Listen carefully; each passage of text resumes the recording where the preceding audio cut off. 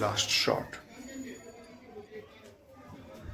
আজকে এই 14 বছর পুরনো অ্যাকোরিয়ামটা আমি চেঞ্জ করতে চলেছি, কারণ এটা ফেটে গেছে এক সাইড থেকে।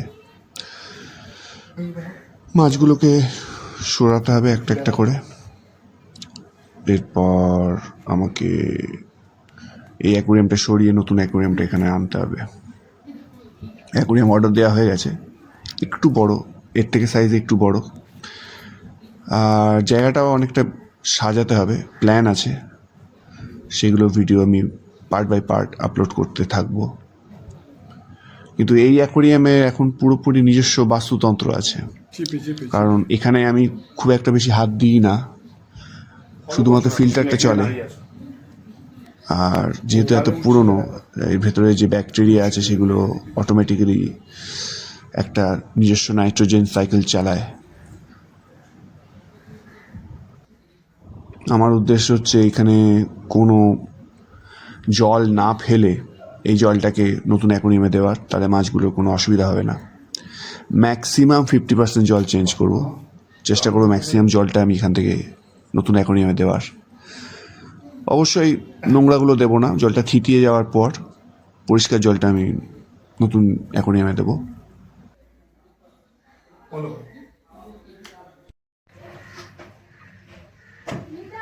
আর আমার এই অ্যাকোরিয়ামে বরাবর শামুক জন্মায়, আপনারা এখানে দেখতে পাচ্ছেন ছোট ছোট শামুকের শেলগুলো পড়ে আছে সাদা সাদা।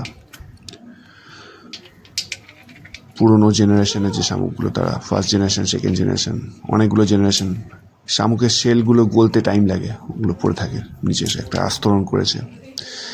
বালিটাকেও আমি আপাতত তুলে নিচ্ছি, কিন্তু মনে হয় না এই বালি আবার আমি নতুন অ্যাকোরিয়ামে দেবো।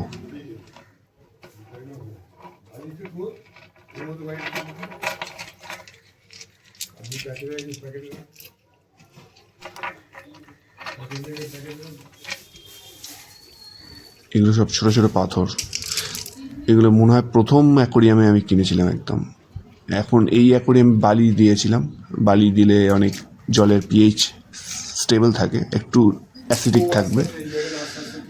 আর এই জলটা অনেক স্টেবল, যেহেতু আমি আর পরিষ্কার করতে চাইছিলাম না, জলের তলায় আমি আর হাত দিতেই চাইছিলাম না, বালি দিয়ে আমি আর একটা বালির সাথে ববউড মানে জলের কাঠ আমি অ্যাড করেছিলাম।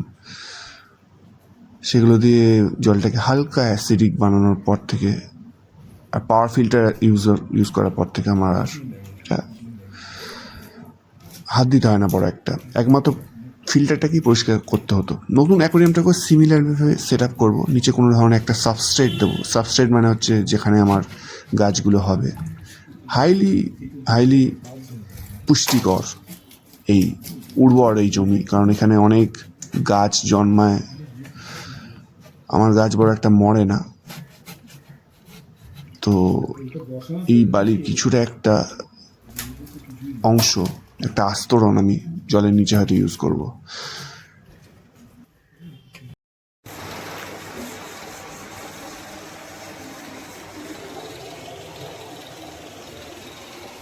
এইবার পালা নতুন অ্যাকোরিয়ামে জল ঢালার।